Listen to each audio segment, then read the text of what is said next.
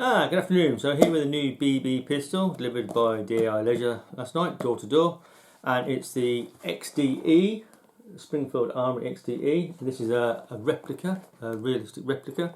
It's got some detail on the outside of the box, but not an awful lot, and just warnings on the back. So I'm just going to run through this quite as quick as I can, really. So it comes with a manual, pretty straightforward, but the one thing it doesn't tell you about this is strip down. You can actually strip this down, feel strippable. Allen key for your magazine, obviously put your CO2 in. We'll drop the mag, well, a quick chat about the mag. So yeah, the magazine, you've got a little button here at the back, at the bottom, so you pop that in, push it back, and then your Allen key goes in the back, and in the bottom, put your CO2 in. You can also, I always put a bit of Pelgan oil to lubricate it. Just be careful you don't over tighten these magazines. I have had one where I broke it because I literally just over tightened it a little bit, because these two pins can actually bend, and if that twists, then you won't get it in, you'll damage it. So yeah, just about a half a turn or 3/4 of a turn when you put your CO2 in. So yeah, 18 BBs, that pulls down, locks across here, locks in, and when that's down, it also makes that button nice and firm as well, because that's all linked. Okay, so that's your magazine. Right, onto the pistol now. So this is your XDE, really nice quality. About the light, the light's not very good in here today, it's pretty dark outside as well. I've got all the lights on. So what you've got in your ejection port, you've got your serial number and your calibre. On the real steel, that'll be obviously 9 by 19 millimeter, 9mm by 19 there. Okay. I did look at the Springfield Armory website, and actually this is a very realistic replica of the real steel. Trigger, everything, all the details on the actual details on the slides, the grip, everything, even down to the XDE on the back of the trigger as well. Okay, so just click the safety off. You can decock this as well by holding the hammer. One thing I did notice on the website, the Real Steel website, is you can decock the XDE by pulling this down, pulling the safety down, and that decocks the trigger. You can't do this with the replica, okay? But if you want to decock it, if the hammer's cocked or the slide's cocked, you can actually hold the hammer backwards like that, take the stress off it, pull the trigger, and then let it forward, and that decocks it. Okay? This is double action, obviously. See, like that, and also cock the slide, and you'll see it's single action. It does actually break. Back here you'll see the hammer go, like so. So it's got quite a long pull, but it's nice and smooth. Okay. Front sights are fibre optic and white dots at the back, and the front sight as it is wind adjustable, so you can actually push it sideways, left and right, not too much. It's quite firm, so it shouldn't move when you're shooting. Okay. The detail on top, you've got your Springfield Armory logo, you've got all your details on the side. It's basically a mirror image of the real steel. Yeah, I did have a close look at the real steel pictures, and also the trigger and everything, and yeah, so the only thing it can't do is it can't decock from the safety. Ambidextrous safety both sides, okay. Also the mag release is also both sides as well. You can release it from this button and also that button, so it's great for left and right handed. Okay, so you can pop the magazine out either. The only thing that isn't ambidextrous is the slide lock, okay, which locks open after the final shot. Obviously, you can't move the slide or pull the trigger if the safety's on, by the way. Okay, so that's it cocked open. Okay, you'll see you've got your block there, which the actual magazine goes into, and obviously we know that the magazine works in this way, where you've got a frame. This sits inside the frame, inside the pistol. As you pull the trigger, that's pushed forward, pushes the BB out of the guide into the barrel, and then it fires, and the gas goes, the CO2 goes through this pipe and fires the BB. That's how these magazines work. Okay, very straightforward. Okay, so that's that locked open. That locks open on the final lock. The actual spring is quite light. Okay, it's got a light blowback, and that's actually like the real steel. They do say that one of the things in the real steel adverts is it's dead easy to cock, because the actual slide is not that heavy to cock, and that's true with the actual replica as well. Okay, now what it doesn't tell you in the magazine manual is how to take it down. You can actually take this down, right?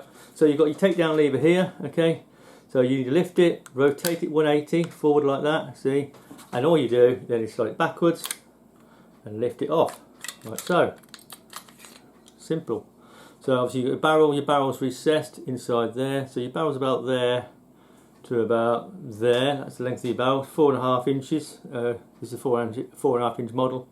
That's your recoil spring. It is very, very weak actually, to be honest, but as long as it does its job, brings the slide forward and the slide doesn't flop around. We'll know about this when we do more long-term shooting.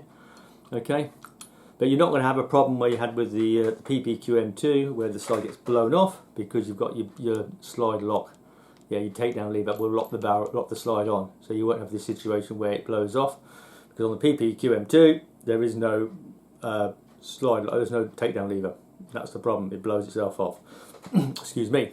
So pop it all back together. Obviously this is all alloy, so make sure you get your guide recoil rod in first, okay? Because that's plastic. Careful you don't break it. Then you put your barrel in the holes like so, and then just pull it back over the top, back on, and then just flip your actual takedown lever rearwards again, and that's the job done.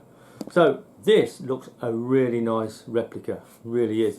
With the magazine in, really nice balance. This weighs 907 grams. I did weigh it to see, and it's actually a little heavier than the real steel 4.5 inch, which is about 794 without the 8 rounds in it. Because the magazine will take 7 plus 1 in the real steel 9mm. Because it's compact. See how narrow it is? It's only about 1 inch thick. So if you've got small hands, you might struggle. I mean, I've got medium-sized hands, so and I can reach that trigger, and you see how smooth it is. And of course, it doesn't fire till it gets right back like that. You see where it'll fire. Okay. So if you cock it, see it locks open, final round, magazine's in, and you'll see if I pull the trigger, you'll see it doesn't actually fire till about there. So when it's on blowback, when you're shooting it after the first shot, if you don't cock the slide, that's the point where it'll fire. But the trigger doesn't reset itself. If I just bring that forward, yeah, the trigger doesn't reset itself till, you see, you can't fire it, you see, until it resets, which is right near the front. So you've got to release the trigger almost to the front to fire it a second time, irrespective of whether you're first or double action or single action. Okay, so that's the only down. I don't know whether that's true with the real steel, yeah, but the actual trigger position is identical to the real steel, yeah, where it's positioned. So whether you have to do that with the real steel, I don't know. But it would have been nice if they'd had the trigger reset about halfway forward of the full travel. So that way you could have actually reset it halfway and taken a shot. So instead of having to let the trigger all the way forward to take the next shot, like you do with this, it'd be nice just to let it forward about half the movement before it resets. But that's just the way it is, I'm afraid. It'll be interesting to see how this shoots. Also, the XDM I have was shooting low, and I think because there was no like little rubber pad inside the barrel, like hop up that spins the BB as it goes down the barrel. We'll see if this shoots accurately at 10 meters. See if it actually shoots high, because the XDM was shooting about 1.5 inches low at 10 meters. That was purely because when I looked in the barrel, there was no little rubber bung to give it any backward spin, any hop up on the BB. I haven't looked at this barrel yet. I probably will do. Take the slide and have a closer look at it. So yeah, really nice. They've got a warning on the bottom of the actual trigger guard. Don't know why. It may well rub off because it's not laser etched like like I had with the revolvers. They're laser etched into steel, but this is polymer or plastic. And maybe a little bit of rubbing might rub that off, or you could probably put a bit of felt tip over it, black felt tip or marker. But it's not that, on this one, it's not that bad. It's more of a grey instead of a white, so that's not too bad. But everything else about this pistol is really nice. And these are about 120 from DAI, but you obviously some places some a bit more, another 10 quid more. But yeah, it's really nice feel. Very pointable. I do like the sights. Obviously, I've set the foresight up central and see how it shoots. But with the way I shoot with one eye slightly closed, the actual sight picture, looking through the sights at arm's length, puts that front glow right in the centre, and there's very little space either side of that sight, which means that there's less chances of error when shooting this thing. Okay, so I hope you like that little unboxing and sort of review, and yeah, we'll be doing some chronographing, some shooting outdoors, tin can bashing, bit of target, and reliability, obviously, because that's the key thing. You want these sort of things to be reliable, not have a problem. So hope you like the little video. Thanks for watching.